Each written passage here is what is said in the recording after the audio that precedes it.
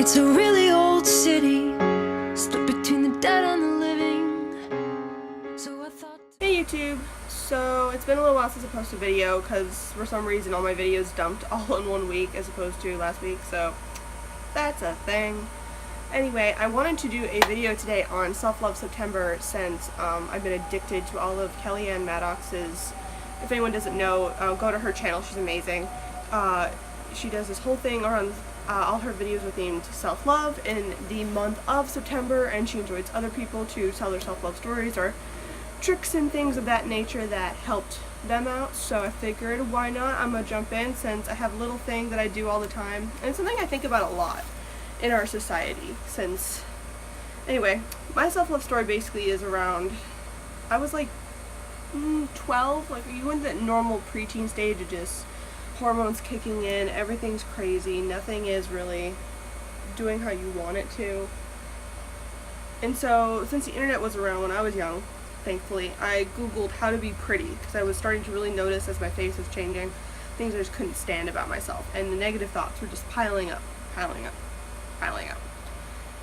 And I found this blog post, which I wish I could like remember the exact post or who wrote it, or even if it's still there, it might have been deleted by now, but the blog post I found was titled How to Be Pretty, and it was a 3-step process. It was strip down naked, look yourself in the mirror, say I'm pretty, and smile, and repeat that every dang day. And I remember reading at the time going, this is silly, like this is dumb. I wanted like makeup tips or something else. What's funny is that little blog post has really helped me so much in my life. Like I can't even exactly pinpoint. About probably around the time I was 14, like I remember reading that when I was younger. And around 14, I decided to finally do it because I was like, well, this is crazy, and my self-esteem is like just doing like a dive right for the floor. Like nothing is turning out well. I decided to give it a try, so I did. I stripped down naked, and I looked at myself in the mirror, and all I could see was critique.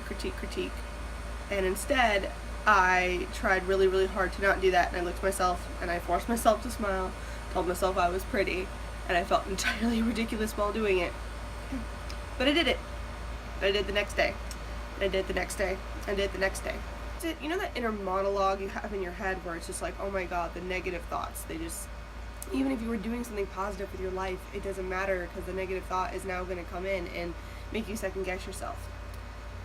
And if I started this habit when I was 14, suddenly around 16, even though I was going through all the normal teenage angst, especially in today's society, because I know that if you're a millennial like me, you probably grew up with a lot more friends self-harming, or suffered from self-harm yourself, or any sort of anorexia, bulimia, body dysmorphia, anything like that.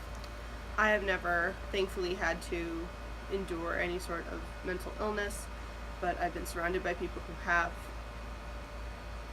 And it is something where you really start to look at everyone and go, oh my goodness, like what is happening with the world? Oh, thank God, the motor finally turned off. It's so loud, and it's off now. Yay, you probably can hear me way better. But at 16, suddenly I remember one of the girls in school who were being severely mean to just everybody, a little bit of a bully. Probably had some self-worth issues herself, but she had said something to me that was just really, really mean. It was something about how I looked at my face or my smile. I can't remember exactly what it was, but I remember my exact thought afterwards. It was an honest to God, you must be blind, because I look good. And I felt that, like I felt it in my soul, and I was like it took me back that my first thought was like, no, I look fantastic, you must be blind. Like that was like, whoa, where did that self-confidence come from? Because I never had that before.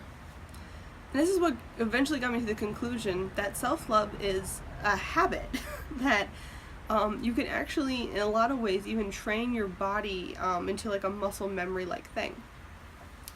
And that's pretty dang awesome because, you know, so many times I hear things about self-love being this, you need to constantly working on it, something else to, it's not something you do once and then move on with. It is an ongoing process, and that is very, very true, but in some ways it's like, oh my god, something else to add to my to-do list? Really? Is this what we're gonna have to do? Coffee makes it a little better. And it shouldn't have to be that hard, you know. But in the beginning, especially if you've had any sort of other mental wall in the way, whether that's just you've been really hard on yourself and your self-esteem is really low, or you actually have clinical depression or anything else like that. Like, there are so many things that get in the way of it that another, like, really facing that battle can be almost insurmountable, I believe, in some ways. And that's why I think it's so important to remember that if you do small everyday things, like as silly as look at yourself naked in the mirror and say, I look pretty today, and smile at yourself. Smiling, it's triggered, science shows it triggers dopamine, and then you get a little hit of that dopamine, and if you do it every time you look at yourself in the mirror, then the smile and the dopamine is linked to your reflection, and suddenly you like your reflection more. And it was really funny. I looked into all the science about it. I can't remember all the statistics and things like that at the moment, but it is really interesting. Go and look into, like, you know, like power poses and things like that. There's a reason why some of these things seem ridiculous, but they totally work. It's because your body is triggered by your emotions and your habits. And if you form a habit like that, where it's just, no, I look at myself in the mirror and it's good. It's always good because it's a hit of dopamine. It's that smile every time. Then suddenly you don't see yourself as negatively as you used to. And I think that was what was shocking for me. Like, granted, I'd also gone through puberty and other things as well, but ever since then, there are definitely times where I still look at myself critically, but it has been a while since I have really looked at myself extremely critically. Like, I look at myself and I will see flaws and things I wish to improve, but the, like, overall idea of my appearance or myself in general is generally positive. And I think that a lot has to do with that small habit that I built, that habit of, if I'm feeling low, I'm going to give myself something every day that forms a habit, that forms a knee-jerk instinctual reaction in my brain or in my emotions or however else that tells me, no, this is how you're supposed to be thinking. It's like the rewiring of your brain. So I think that's something that I hope everyone else can try. Like, even if it's something as silly as find something you don't have to look at yourself naked in the mirror. You could every time you take a sip of coffee, like, you're like, I love my life. Even if you hate your life at the moment, just think, I love my life, I love my life, I love my life. And then every time you have coffee, you be like, you know what, life is good as long as there's coffee. I love my life. You know, small things like that just, I think, really help build up an armor against all the little parts of society that can sometimes really get into you and do that. And in the magical realm of things, on the witchcraft side, like, everyone knows that repetition has such power. In spell work, people are really encouraged to use repetition because it has that power, it has that extra oomph to it. So forming a habit that's almost unconscious after a while, because you're just doing it naturally, like that oomph, that constant power over and over and over and over again, kind of harking to the fake it till you make it, because eventually you're not faking it anymore. Eventually something switches in you, and like, it's not even, I don't have the psychology background or the science background or anything else like that to make a real claim to it, but it's out there. Like, I've read so many things, I've read all these studies about it here or there. Maybe I can find some to post below this video. If anyone's like, you're just speaking complete crap, this is nonsense, Sam. But I think that's what's so cool and important about self-love to remember, is that it is a habit, it is a thing. And you can do it, and it's not going to be as hard as you think it is right now. Hello, dear lady. There always has to be an animal in my videos, right? That's a new thing. That's a new thing. So that's just something I really wanted to talk about for Self-Love September, because I remember, like, originally looking at things and going, oh my god, I don't have time for this. I don't care if you're in middle school and you've got a shit ton of homework in teams, or in high school and the homework is tripled and your life is like, oh my god, you're probably working a part-time job as well. Like, your life always gets more complicated, and it can seem really, really hard to put that self-love first, even if you know you should. So it's really important, I think, to just do these everyday things that are really, really small, that really take, 5 seconds.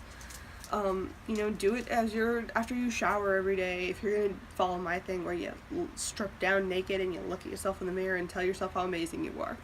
And my mantra has changed, by the way. My mantra has gone from I'm pretty to I'm amazing to I'm successful to like anything where I feel like I'm a little lagging in at the moment, I do it. And I've noticed where there are times where I fall off that everyday mantra to myself to tell myself what I actually am, not what I want to be, what I am.